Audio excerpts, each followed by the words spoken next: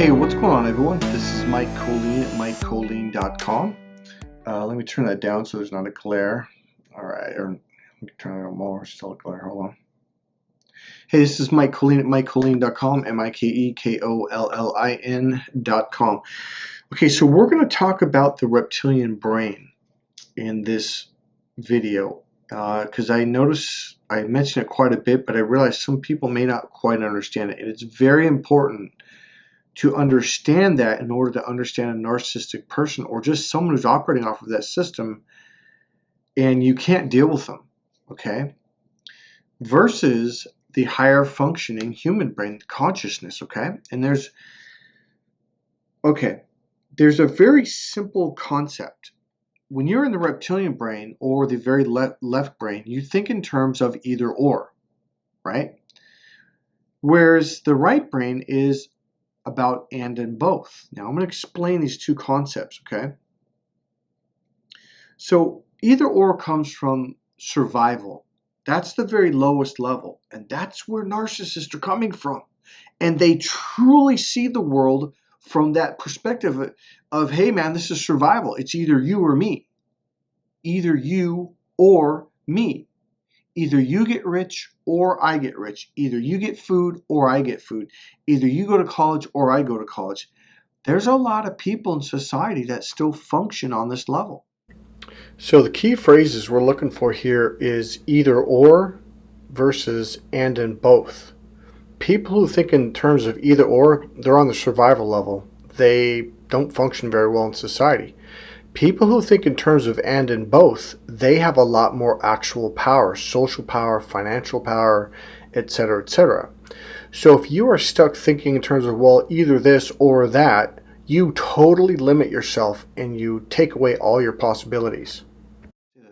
Are the most easiest turned against each other because it's either or. So when you're, they literally say 80% or maybe it's 85% of society is operating off of the is in the rat race, which means you're operating off of the reptilian brain.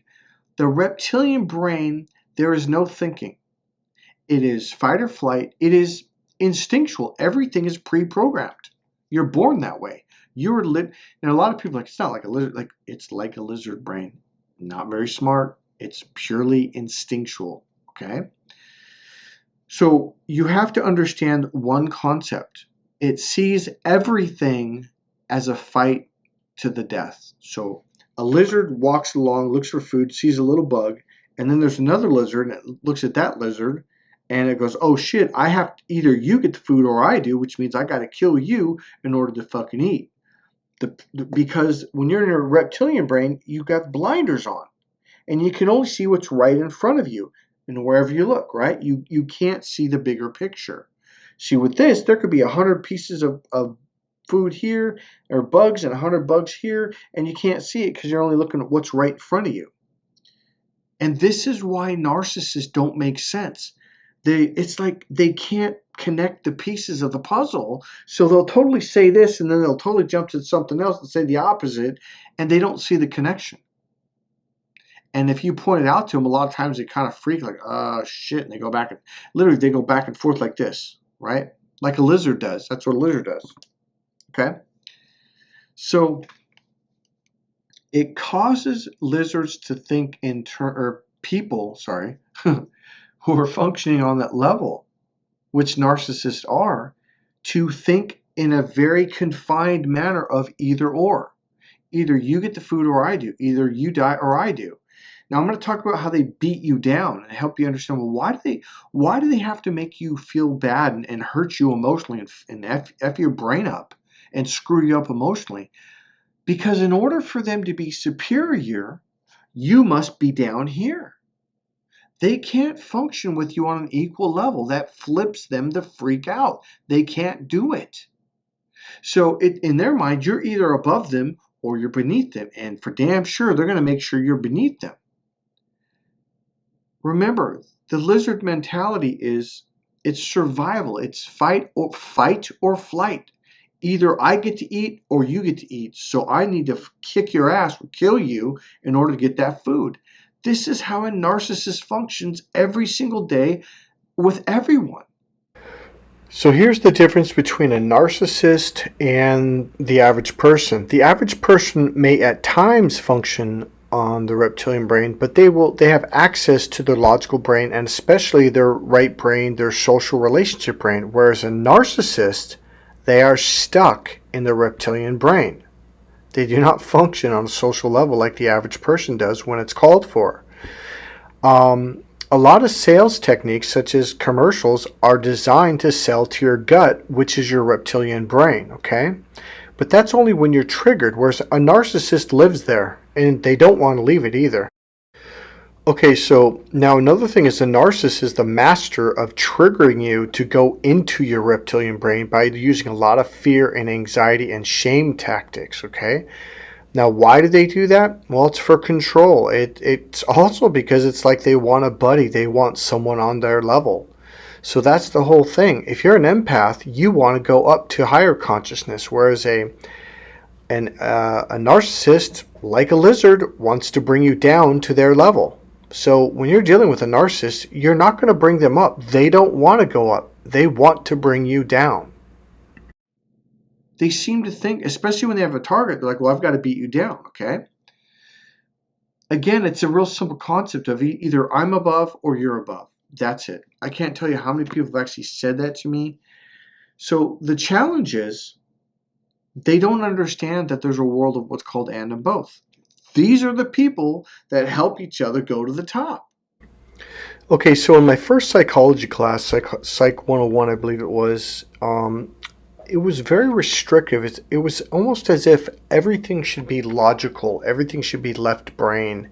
And church was basically saying the same thing. They were both basically saying, like, almost turn off your emotions and turn off your natural instincts. And it was an intuitive thing. I thought, oh, there's got to be something better than this. This can't be right.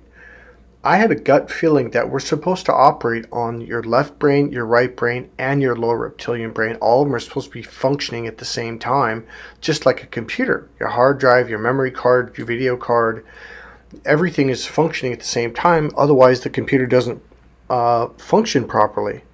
And to me, that's what makes humans dysfunctional if they're not operating on all systems. There should be a natural flow between the left, the right, and the lower brain. And that's what I designed my entire course over a 25-year period of time. And that's what I've been doing with people, is teaching them how to open up to all of their systems. And this is the end game for the narcissist games that they play with you. If you can learn how to become conscious and open up to all your systems, left, right, and lower reptilian brain, they can't touch you. And remember, the reason why a narcissist is because they have escaped and they're hiding in the reptilian brain and they don't want to come out. This way of thinking, now you got to understand, it's literally do or die, right? Either you do it or I do it. Either you die or I do. They will lie, they will cheat, they will steal, they will manipulate, they will trick you, they will do anything, because in their world, like, this is survival, this is life, this is the way it is. And you know what? It's not.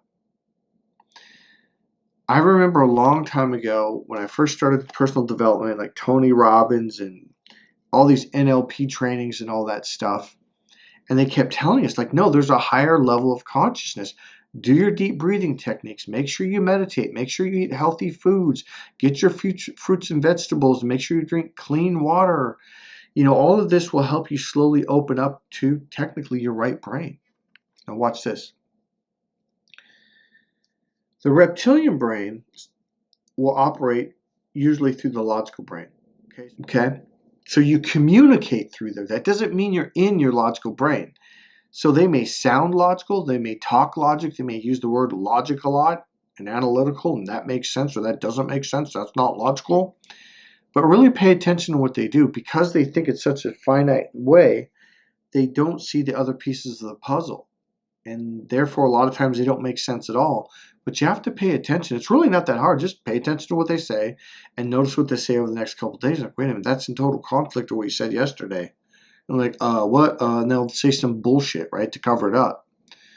So, let me get back. Okay, so here's the deal.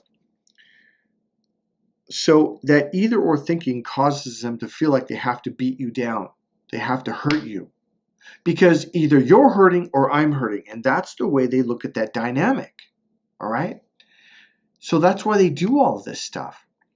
So the other way of thinking is and both. So the left brain is really, that's why I started talking about the reptilian brain functions or communicates through the left brain. The left brain is really good at focusing on one thing at a time, the singularness of focus. Whereas the right brain is all about options and possibilities. This is the world of and both. So either or people think, well, I can either get a condo or I can get a small house. And both person says, well, I can get a condo and I can get a small house and I can get a big house and I can get a ranch and I can buy a Porsche. If you listen closely to wealthy people and how they talk, they say, well, I want to get a cheeseburger and I want to get a steak. And everyone's like, you can't eat all that. And he's not thinking of eating all of it. He's thinking, I want a cheeseburger, so I'll eat some of that. And I want a steak, so I'll eat some of that. It's a totally different way of thinking. Either or people think everything is a battle. I mean, you can't even stand in the damn grocery line with these freaking people because they're going to find, well, your hat's not on right, or you shouldn't stand right there, or it's, oh my God, everything is so finite with those people. It's like, just chill out and relax. They literally can't until they learn how to open up to the right brain. How do you open up to the right brain? By relaxing. Isn't that funny? When you're uptight, you're out of your right brain, you're over here. So let me get back into this. Okay, so let's talk about scapegoating. Now I got a little history thing here, which I think is interesting. If you're into NLP, psychology, Ericksonian hypnosis, I actually worked with Milton Erickson's daughter. I cannot remember her first name for the life of me. This is killing me. She had me read this book, by the way, Scapegoat. I just saw it and thought, oh, that's exactly what it looks like. Like that guy. And this is all about shaming, by the way. That's what this book talks about. It's like shaming you. And that is what a narcissist does. Shame and making you feel insecure. Like you're wrong and you're bad. Now let's stop right there. What's the dynamic? Either you're wrong or I'm wrong. Either you're bad or I'm bad. Either you have shame or I have shame, right? It's either or, either you or I, right? Now watch this. When you get into a group, let me say this real quick. This is actually about narcissists. A lot of it. In fact, probably all of it. I'm going to reread it. I haven't read this book. It was over 20 years when God, I can't remember her name. I'm going to call her Mrs. Erickson. It's not his wife. It was his daughter. Carol Erickson. That's what it was. Had me read this. So this is all about narcissism. So now let's look at the group dynamic.